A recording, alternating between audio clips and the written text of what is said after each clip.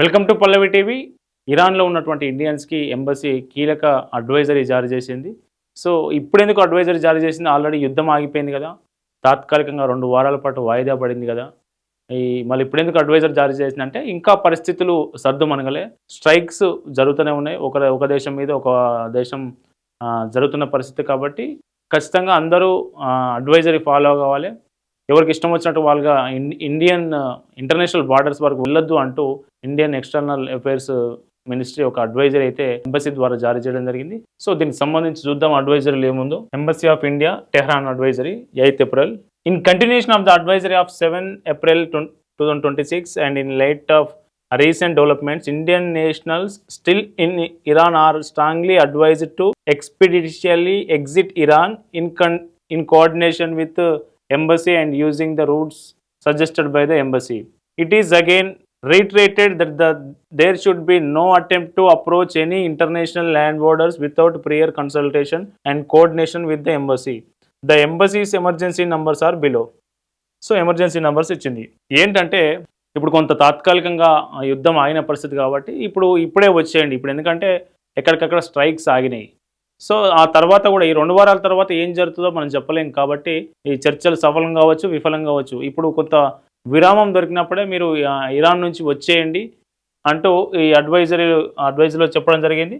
అట్లాగే international land బార్డర్స్కు without prior consultation coordination with embassy అనుమతి లేకుండా ఇంటర్నేషనల్ బార్డర్స్కి వెళ్ళొద్దు అంటూ ఒక అడ్వైజరీ అయితే జారీ అయింది. సో దీని మీద మళ్ళీ అక్కడ ఉన్నటువంటి ఇండియన్స్ ఇక్కడ ఉన్నటువంటి టోల్ ఫ్రీ నంబర్లు ఏవైతే ఉన్నాయో ఎంబసీ టోల్ ఫ్రీ నంబర్ల ద్వారా సేఫ్గా దేశానికి చేరుకోవడానికి మన ప్రభుత్వం ఈ ఏర్పాటు చేసింది, ఈ అడ్వైజరీ అయితే జారీ చేసింది. సో యుద్ధం పరిస్థితులు ఎక్కడి వరకు వచ్చాయి, అసలు ఏం నడుస్తూ ఉంది ఇప్పుడు అక్కడ అనేది ఒకసారి చూద్దాం. Iranian diplomats having fun at Trump expense అట. సో ఇక ఇరాను ట్రంప్ గొంతు పట్టుకున్నట్టు వేసినటువంటి కార్టూన్ ఇప్పుడు బాగా వైరల్ అవుతూ ఉంది. ఎందుకంటే ఈ 10 పాయింట్ల ప్రపోజల్ ఏదైతే ఉందో, ఇరాన్ పెట్టిన ప్రపోజల్ ఏదైతే ఉందో ఆ ప్రపోజల్కు ట్రంప్ కొద్దిగా తలొగ్గి 2 వారాల కాల్పుల విరమణకు ఒప్పుకున్న నేపథ్యంలో ట్రంప్ ఓడిపోయాడు, ట్రంప్ తగ్గాడు, ట్రంప్ దిగొచ్చాడనే మెసేజ్ ప్రపంచం అంతటా పోయింది. సో ఇరానియన్లు ఆల్రెడీ సెలబ్రేట్ చేసుకుంటూ ఉన్నారు. యుద్ధంలో మేము ఇప్పటికే సగం గెలిచినాం, నైతికంగా కూడా ఈసారి మళ్ళీ గెలిచినామంటూ వాళ్ళు సెలబ్రేట్ చేసుకుంటూ ఉన్నారు. సో దీనికి సంబంధించి ఇరానియన్ డిప్లొమాట్స్ ఇరాన్ సంబంధించిన డిప్లొమాట్స్ అంతా ఈ కార్టూను ఇరాన్ చేరి ట్రంప్ గొంతు పట్టుకున్నట్టుగా ఉన్నటువంటి కార్టూను షేర్ చేస్తున్నట్టు సోషల్ మీడియాలో. UK prime minister welcomes US Iran cease fire. UK prime minister ఉన్నారు కదా, కేర్ స్టార్మర్ అనే UK prime minister, United Kingdom prime minister కూడా ఏదైతే అమెరికా అట్లాగే ఇరాన్ ఏదైతే సీజ్ ఫైర్ ఉందో కాల్పుల విరమణ ఒప్పందాన్ని ఆయన వెల్కమ్ చేసిండు. French president Emmanuel Macron has welcomed the cease fire between Iran and USA but want the situation in Lebanon remains critical and urgent the Lebanon be include in the deal, Reuters report. So France president Emmanuel Macron కూడా ఏదైతే కాల్పుల cease fire ఉంది కదా దాన్ని welcome చేస్తూనే లెబనాన్లో పరిస్థితి ఇంకా క్రిటికల్గానే ఉంది, ఖచ్చితంగా ఈ లెబనాన్ కూడా ఈ కాల్పుల విరమణ ఒప్పందంలో భాగం చేయండి అంటూ ఆయన సూచన చేసింది. ఇక్కడ చూస్తూ ఉన్నాం.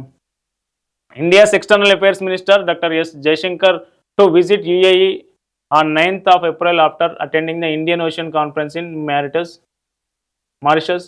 Jaishankar will meet his UAE counterpart and energy security will be on the top agenda between 9th to 12th April. So 9వ తారీఖు నుంచి 12వ తారీఖు మధ్యలో మన విదేశాంగ మంత్రి ఉన్నారు కదా జయశంకర్, ఆయన యుఏఈకి వెళ్ళబోతున్నారు, యునైటెడ్ అరబ్ ఎమిరేట్స్కు వెళ్ళబోతూ ఉన్నారు కొన్ని ఒప్పందాలు, ద్వైపాక్షిక ఒప్పందాలు చేసుకోవడానికి.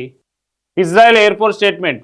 In accordance with the directives of the political echelon, the IDF has held its fire in the campaigning against the Iran and is on high alert in defense and is ready to respond to any violation. So India welcomes ceasefire between US and Iran, hoping that it will be lead to lasting peace in West Asia. So పశ్చిమాసియాలో ఎప్పుడైతే ఈ యుద్ధం వల్ల అశాంతి నెలకొందో, so ఈ ఒప్పందం cease fire వల్ల, కాల్పుల విరమణ వల్ల కొంత శాంతి నెలకొంది అని ఈ కాల్పుల విరమణను భారత్ కూడా స్వాగతిస్తున్న పరిస్థితి. Iranian national security council issues warning to Israel. Iran national security council ఏదైతే ఉందో ఇజ్రాయెల్కి ఒక వార్నింగ్ ఇచ్చింది.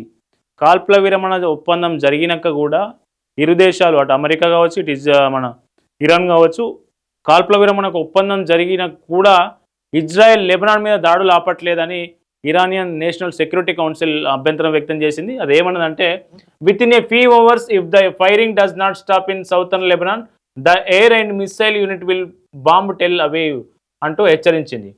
2 గంటలలో కానీ 2 గంటల్లో మీరు మా దాడులు చేయడం లెబనాన్ సౌతర్న్ లెబనాన్ మీద దాడులు చేయడం ఆపకపోతే టెల్ అవీవ్ మొత్తం బాంబుల వర్షంతో నిండిపోతుంది, టెల్ అవీవ్ మీద బాంబుల వర్షం కురిపిస్తామంటూ ఇరానియన్ నేషనల్ సెక్యూరిటీ కౌన్సిల్ ఒక వార్నింగ్ అయితే ఇచ్చింది. సో మొత్తానికి కాల్పుల విరమణ ఒప్పందం అయితే జరిగింది, కానీ ఇంకా పరిస్థితి ఇంకా పూర్తి స్థాయిలో శాంతించని పరిస్థితి కనిపిస్తూ ఉంది అక్కడ. సో మళ్ళీ నెక్స్ట్ ఇంకేం జరగబోతుంది, ఈ 10 పాయింట్ల ఎజెండా ఏదైతే ఇరాన్ పెట్టిందో ట్రంప్ ముందు, దానికి ట్రంప్ ఎట్లాంటి రెస్పాండ్ కాబోతా ఉన్నారు.